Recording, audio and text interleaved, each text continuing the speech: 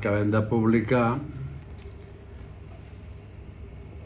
És curiós que en el rellançament, que en la recepció de Gramsci als anys 70 al nostre país, aquest no fos un text gaire comentat. És curiós i no és casual.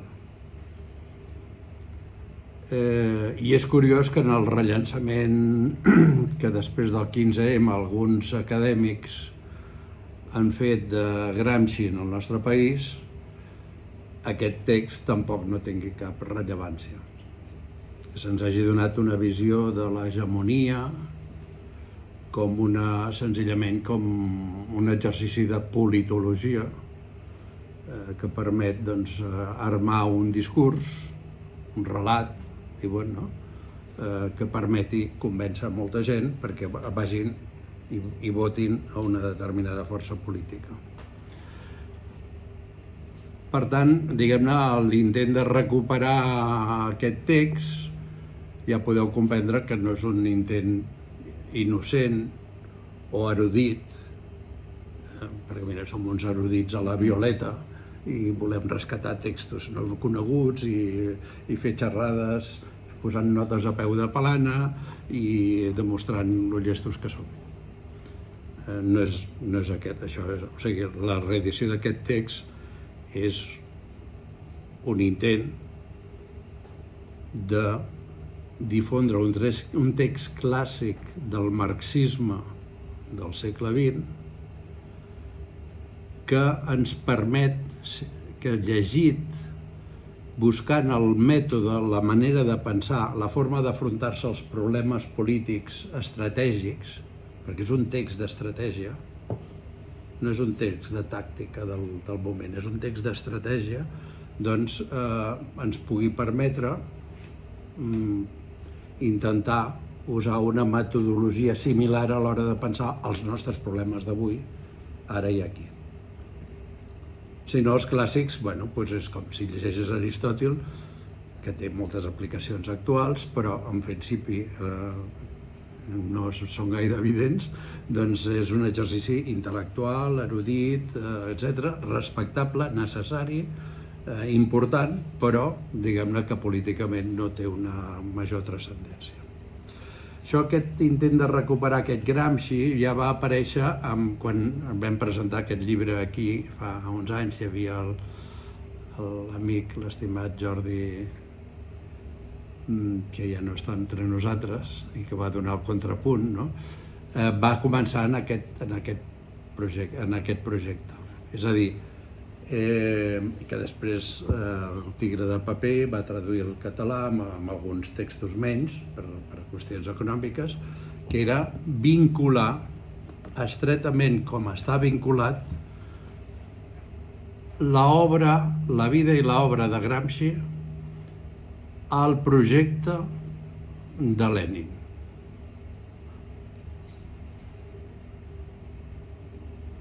Per això a vegades Gramsci no és acceptat en determinats cercles, diguem-ne, que no formen part de la cultura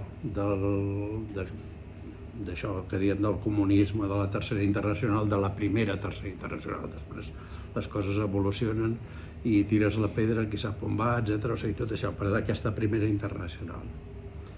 Neix en el context de la derrota de la revolució a Occident. La gran pregunta de Gramsci serà per què ha fracassat la revolució a Occident. Es pensava, la revolució a Rússia, després ve Alemanya, França, Itàlia, etc. A Itàlia hi ha un intent revolucionari potent als anys 19 i 20, el Bienio Rosso, el Bienni Roig, que són els consells obrers a Turín i les vagues generals dels metal·lúrgics i les onades d'ocupacions de terres per part de pagesos, alguns socialistes i altres catòlics. És un fenomen molt curiós, no? Etc. Aquí la revolució social ja està. Ja Lenin deia que ells serien la part més atreçada de quan ja a Occident es fes la revolució social. En fi, Rússia havia sigut una excepció i que serien la part més atrasada. Ja vindrien els alemanys amb la seva potència econòmica, cultural, etc., i els francesos i tal, i llavors el socialisme seria la pera, no? Bé, això és derrotat a Occident. La revolució russa és una excepció. I Gramsci ha viscut i ha intentat organitzar la revolució a Itàlia. I la revolució ha fracassat. I el fàcil és dir, com es va dir, i a més és cert, que el Partit Socialista, molt revolucionari de boca, que s'afiliava a la Tercera Internacional, però no va fer res per vincular la massa obrera del nord amb la massa obrera del sud, amb el camperola del sud, que és el que hagués propiciat, no? I neix d'una altra reflexió que passa també a la internacional, ja quan ja s'està percebent aquesta derrota a Occident, que és el que porta al congrés, al primer congrés de la Internacional Comunista de Bakú, 1920, en la que es reuneix els bolxevics més clarividents, deixen de mirar cap a Occident i comencen a mirar cap a Orient.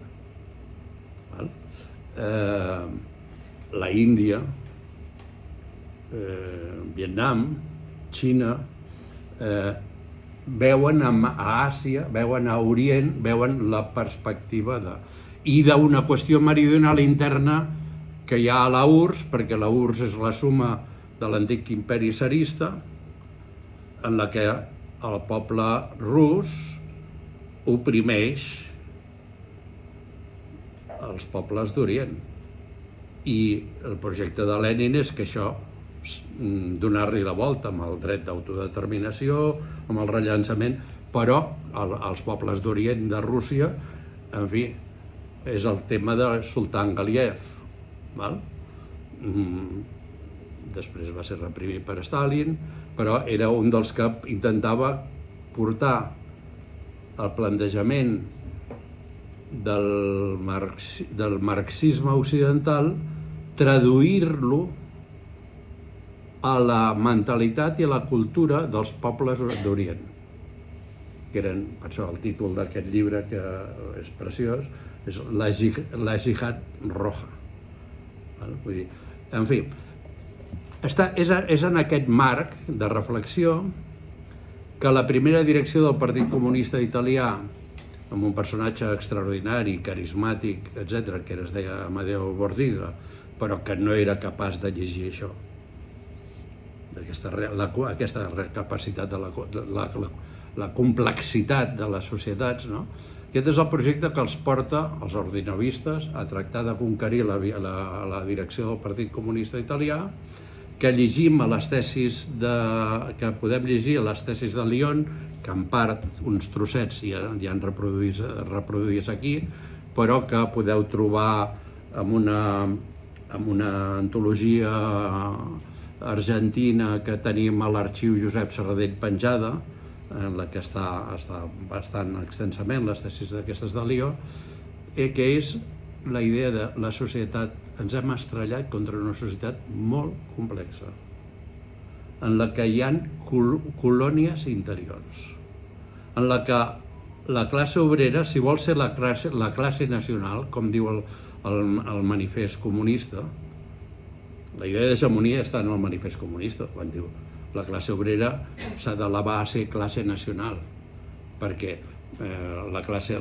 nacionals són les dominants, no? I llavors, si tu vols establir un sistema, un estat en el que la classe obrera sigui dominant i dirigent, doncs has de saber llegir la història nacional i saber donar resposta als problemes que hi ha en aquell moment. Doncs 1919 cita Gramsci en un article a l'Ordine Nuevo, comença dient la classe obrera és la classe nacional. Estava molt lluny de ser la classe nacional, però era una desiderata, no? I s'està citant implícitament el manifest comunista. O sigui, la idea d'hegemonia està aquí i està en els textos de Lenin de 1911, en els que Lenin diu, són uns textos poc coneguts, però que Gramsci va conèixer, en els que diu que una classe que es limiti a ser una corporació gremial, un sindicat, una classe que renunci a ser hegemònica, a portar una idea de societat i d'estat, és una classe que mai farà la revolució.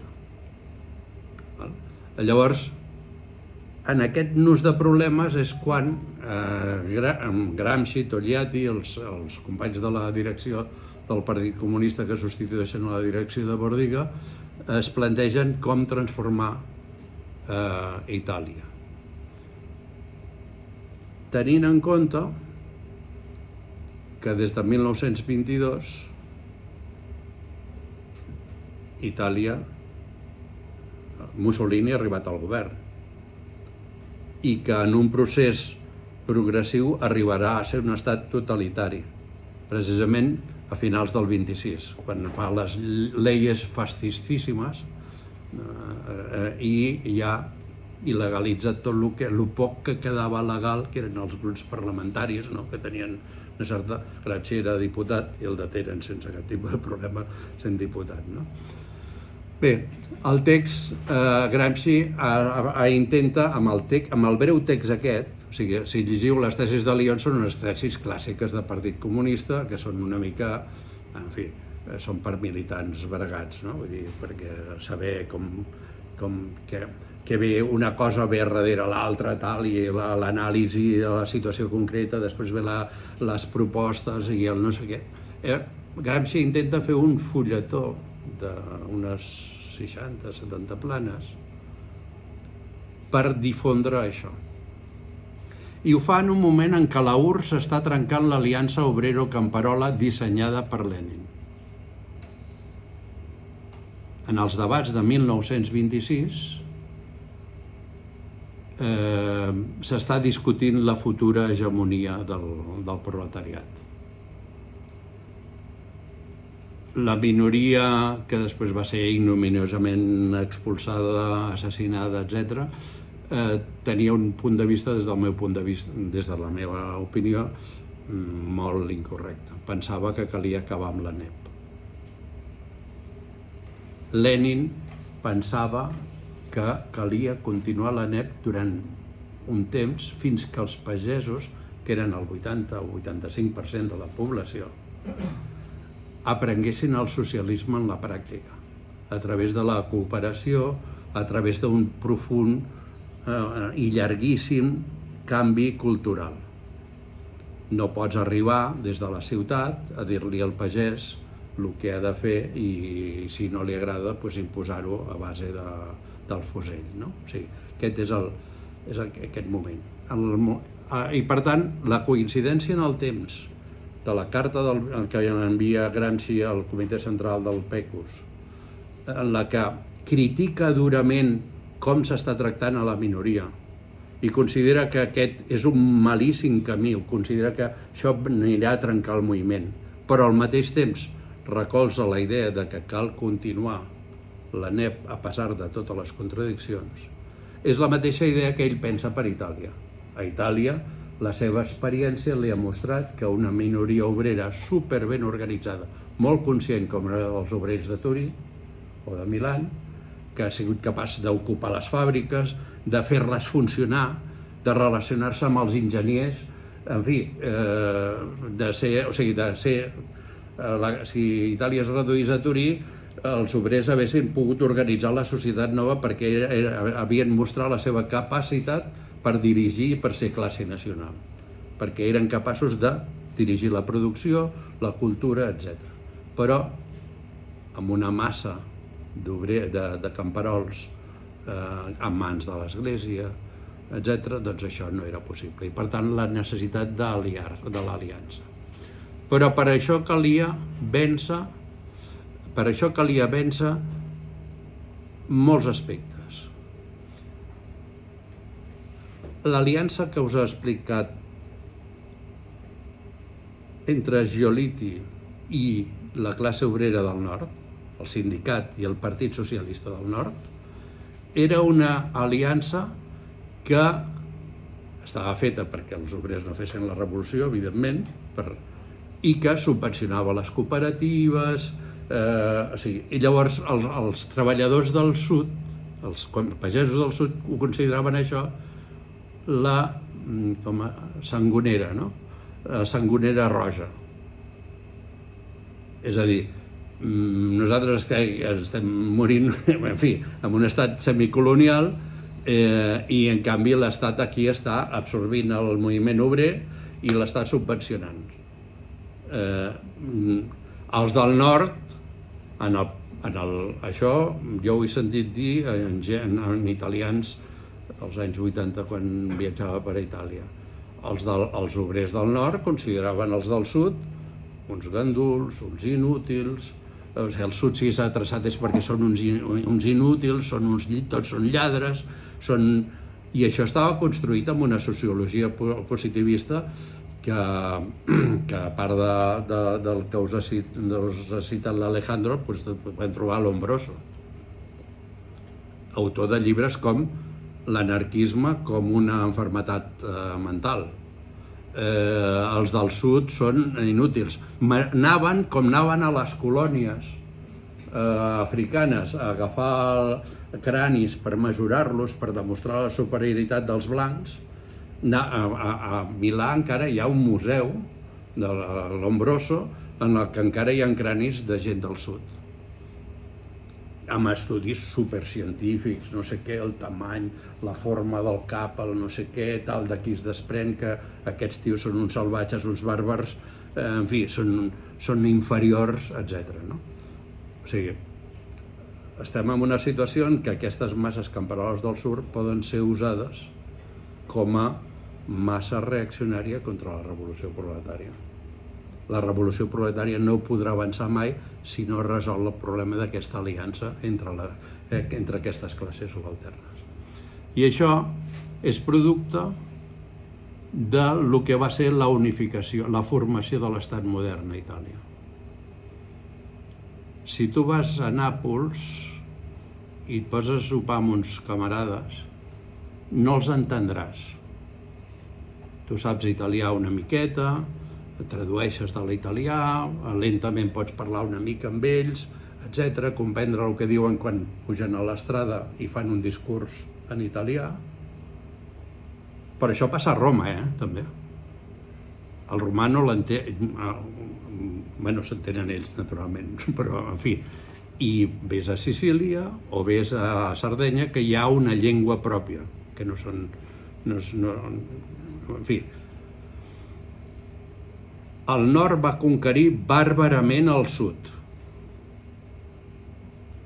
bàrbarament, amb mètodes terroristes de colonització, amb els primers camps de concentració, junt amb els de Cuba del general Weyler i d'altres zones de colònia. O sigui, per tant, hi ha una construcció de l'estat nacional que és producte de l'hegemonia d'una determinada burgesia, que després, posteriorment, s'alia amb la part reformista del moviment obrer, per mantenir aquesta... Però això és una barrera infranquejable per la revolució. I aquest és el problema que Gramsci, Togliatti i els seus companys tenen a l'entorn del 26 davant. I és el problema que explica també la victòria del feixisme. Per tant, la lluita antifeixista, la política que es proposi, serà clau en la lluita per després la revolució social. O sigui, aquest és el lligam d'aquest text tan breu en el que hem volgut rescatar. L'hegemonia no és el relato. L'hegemonia és la capacitat de direcció i de dominació de les classes dominants que s'articula a través de l'organització de la societat, de la pròpia organització de l'empresa, el treball, de les relacions de producció i de la cultura que transmeten els intel·lectuals. O sigui, l'hegemonia és algo molt més complex. I si un vol canviar la societat, si vol obrir una perspectiva de transformació revolucionària, ha d'anar més enllà de a veure si fem un tuit al dematí o si o fem un programa de televisió excel·lent com el que està fent ara últimament Pablo Iglesias, etc. És molt interessant i tal, però diguem-ne, l'hegemonia no són els mitjans de comunicació. Els mitjans de comunicació sembren sobre un determinat terreny si el terreny, si les classes subalternes estan organitzades i alimenten un projecte de futur, de societat diferent, els mitjans de comunicació no lograran calar. Clar que li faran mal, no? Però, diguem-ne, tindrem capacitat de resistir. Llavors, aquest és l'element clau d'aquest text, que és un element que, com ha dit l'Alejandro, guia part de l'elaboració dels quaderns, perquè els quaderns és molta més cosa, no? Però una part molt important. Per ser classe nacional, què ha de fer l'esquerra? Ha d'assumir la història del seu país. L'ha de conèixer. L'ha de transformar. Ha de donar la seva pròpia versió d'aquesta història. I aquest és el que a Itàlia, aquest procés de colonització del sud, li van dir Risorgimento, val? Doncs el nostre país, en fi, anem a tractar de pensar el nostre país, no? El textet aquest tracta l'edició d'aquest textet tracta de que els lectors el coneguin i sobretot que el llegeixin pensant en el mètode de pensament que aplicava Gramsci.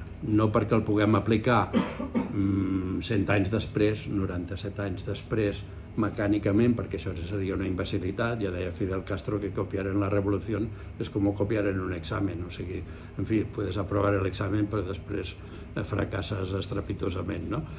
Per tant, no es tracta d'això, no es tracta d'importar un pensament de fa 100 anys per aplicar-lo religiosament aquí. No estem davant d'un Talmud per anar repetint les fórmules i tal, sinó intentar entendre el mètode de pensament, l'esperit que anima a la construcció d'això. Tanco. La pregunta de... O sigui, a més, la qüestió meridional avui té unes dimensions que poden ser molt més àmplies a nivell mundial. L'imperialisme, el colonialisme, les relacions entre el centre i la perifèria, les relacions de dependència entre... O sigui, són nusos en què amb aquest text ens ajuda a pensar-los d'una forma diferent, no? Però també pot tenir aspectes interessants en la construcció. Si pensem en la construcció deficient de l'estat espanyol com a estat-nació.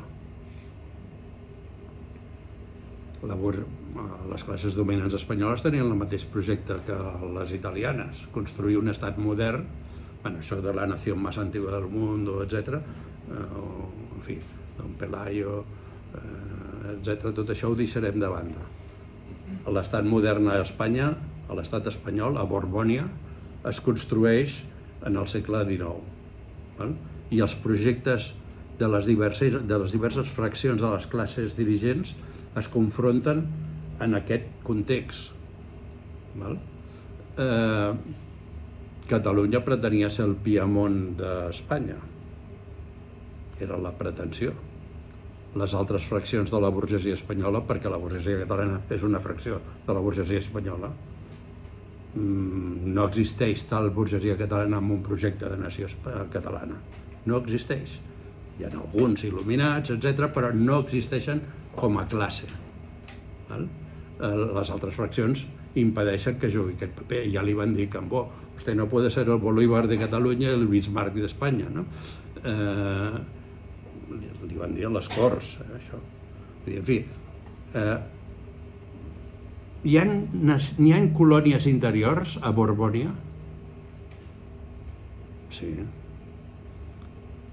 Però precisament Catalunya potser no. A l'edició castellana que sortirà properament hi hem inclòs un text d'un camarada canari, d'un camarada gallec, d'un camarada extremeny i d'un camarada andalús, que expliquen O sigui, a part del text de Gramsci i hi ha alguns articles més, doncs hi hem incorporat això, per pensar com l'estructura deficient de la construcció de l'Estat-nació a Espanya comporta la necessitat de pensar en termes de colònies interiors. Bé, diguem-ne que té la lectura d'aquest textet així té una quantitat de possibilitats de pensar, potser és que a mi se'm va la bola, que segurament és veritat, però té una quantitat de temes a l'interior per pensar que i una última cosa provocativa. Al nostre país, a Catalunya, tenim una qüestió meridional al nostre interior, i no em refereixo a Tortosa. Em refereixo a les conurbacions urbanes que han canviat radicalment. Quina relació té l'esquerra en general, tenim l'esquerra, en general amb aquesta realitat? Com pensem la nostra nació i el nostre país?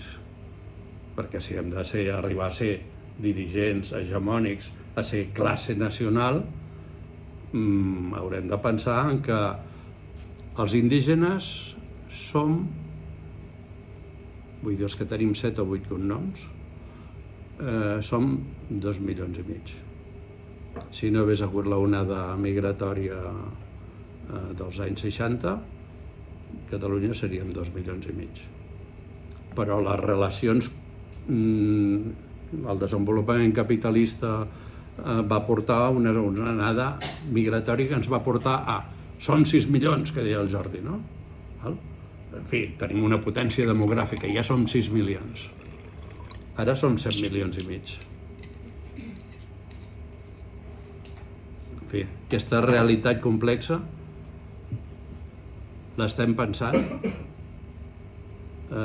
estem articulant propostes i polítiques per això, per evitar que el futur no sigui una Catalunya on les diverses fraccions de les classes treballadores competeixen corporativament entre elles per aconseguir part de les molles d'un estat del benestar que el neoliberalisme està destruint.